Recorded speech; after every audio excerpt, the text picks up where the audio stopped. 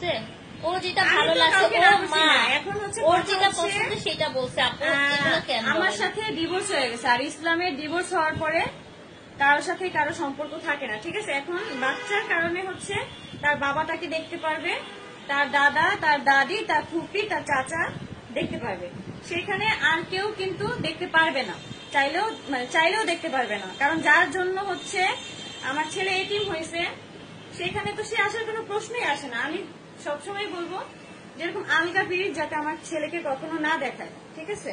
তার বাবা, তার দাদা দাদি যখন ইচ্ছে আসবে, মাঝরাতেও আসবে, তাতে আমার কোনো ধরনের কোনো প্রবলেম নাই, কিন্তু কোনো থার্ড পার্সন যেন আমার ছেলেকে দেখতে না আসে, সেটা আমি শুদ্ধ ভাষায় ভালোভাবে আমি বলে দিলাম। কিন্তু আমার এখন হয়ে গেছে কি, আমি এখন আর আগের মতো কিন্তু এখন খাইতেছি না, কিন্তু তারপরে মোটা হইতেছে, কারণ আমি ভাত না খেয়ে থাকতে পারি না, আমার খুব কষ্ট হয় ভাত না খেয়ে থাকলে। আমি হাবি জাবি যতই কিছু খাই না কেন আমার ভাত খাওয়া লাগে, আর রাতের বেলা আমি ভাত না খাইলে আমার ঘুম আসে না। দাম কত আপু?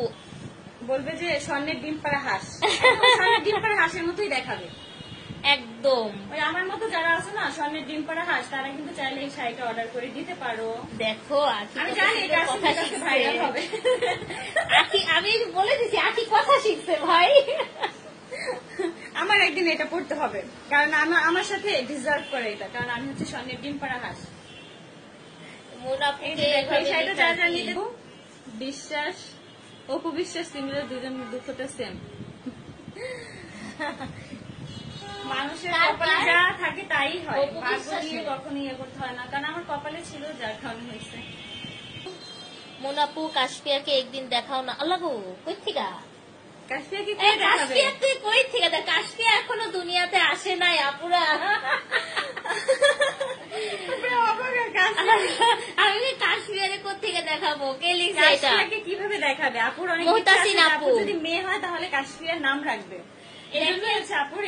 2015 থেকে হচ্ছে আমার কাশফিয়াস কালেকশনের যাত্রা।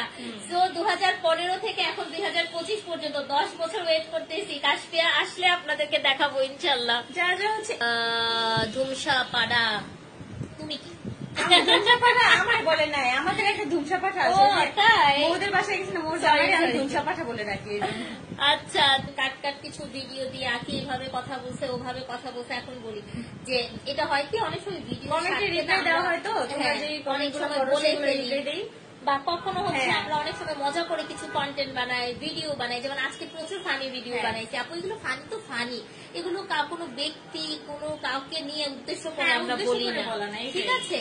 এই জিনিসটা একটু কাসিম নিয়ে ভাইরাল করে তাদেরকে আর কি বলবো যে কাসিম নিয়ে ভাইরাল করলে অবশ্যই যে কমেন্টটা পড়া হইতেছে সেটা সহজে ভাইরাল করা, কারণ আমরা এমন ভাবে মানে প্রেজেন্ট করে এখানে মানে একটা মানুষ ভুল বোঝাটাই স্বাভাবিক। এটা একেবারে পুরো লাইভটা দেখে না, যে কাসিম দেখে সে তো ভুল বোঝে, এটাই আর কি বলবো। এইটাই